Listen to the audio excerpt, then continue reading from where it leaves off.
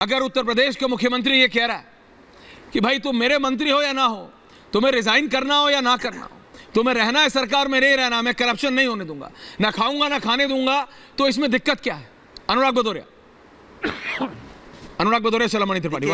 उत्तर प्रदेश में भारतीय जनता पार्टी का नारा है, सुनिए, उत्तर प्रदेश में भारतीय जनता पार्टी का नारा है खाने और खिलाने का नहीं है, लूटने का है। लूटूंगा और लुटवाऊंगा और लूटने दूंगा, ये हालत उत्तर प्रदेश के अंदर में चल रही है। और एक एक डिपार्टमेंट में नहीं, हेल्थ डिपार्टमेंट में देख लिए, वहाँ के उप मुख्यमंत्री चिट्ठी लिखते हैं कि हमारे डिपार्टमेंट में बिना मुझसे पूछे ट्रांसफ़र हो गए भैया, तो क्या उनके मनचाहे नहीं हुए?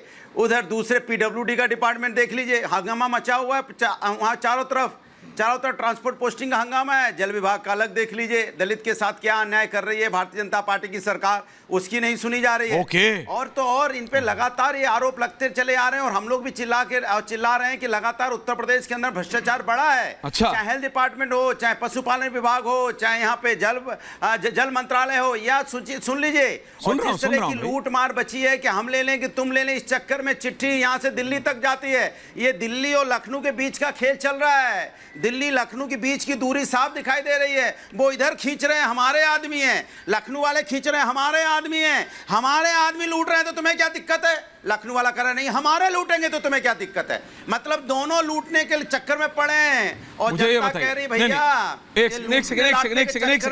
दिल्ली वाले ओपनिंग कमेंट्स परेशान है। हम तो मैं ये कह रहा हूं अनुराग भदौरिया जी, मैंने आपको मौका दिया। अनुराग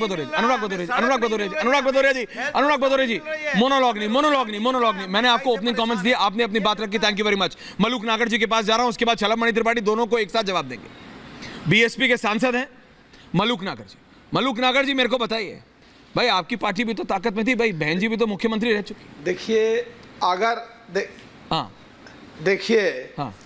अगर भ्रष्टाचार कहीं होता है और उस पे अंकुश लगाने की कोशिश है तो पक्ष और विपक्ष सबको भूल के उसकी प्रशंसा करनी चाहिए और ये अच्छी बात है, ये हमें माननी चाहिए। लेकिन अगर बात दिनेश खटीक की आती है, या जो अभी आपने कहा 14 बार दलित की आती है, तो इसमें साहब एक बात जरूर सोचनी पड़ेगी। नागर साहब, ये तो नहीं हो रहा कि कोई उसका गलत इस्तेमाल कर रहा हो। नागर साहब, मुझे बोलने दो ना। नहीं, आप ही बोलिए, मैं आप ही से सवाल पूछ रहा हूँ। नागर साहब, शॉर्ट में बोल रहा हूँ। अरे आप लंबे में बोलिए, आप लॉन्ग में बोलिए, लेकिन सवाल तो लीजिए। जवाब दे रहा हूँ। अरे नागर साहब, ये संसद थोड़ी, आपको कोई नहीं रोक रहा, मैं ये कह रहा हूँ, आप ही से पूछ रहा हूँ। लेकिन कोई गलत इस्तेमाल तो नहीं कर रहा, कोई गलत इस्तेमाल तो नहीं कर रहा। 14 बार दलित लिख के कोई गलत इस्तेमाल तो नहीं करने की कोशिश कर रहा, ये भी तो देखना पड़ेगा ना। नागर साहब, टॉल विंडो रखिए जी। सर, आप प्लीज बोलने देंगे तो मैं बोलूँगा।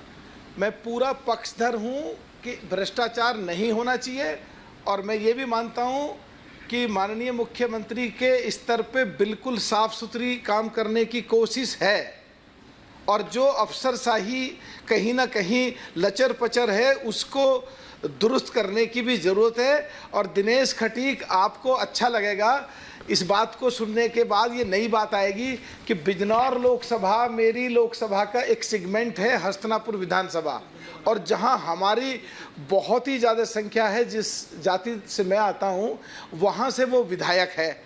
अगर कहीं पर वो बिल्कुल इग्नोरेंस महसूस कर रहा, 3 महीने से पता ही नहीं है कि काम क्या है, विभाग क्या है, क्या करना है, तो जिम्मेदारी बैठती है सरकार के मुखिया की और बीजेपी पार्टी के यूपी के शीर्ष नेतृत्व की और देश के शीर्ष नेतृत्व की, कि तालमेल बैठाएं अफसरों पे और मंत्रियों पे, पॉइंट समझ गए। जिससे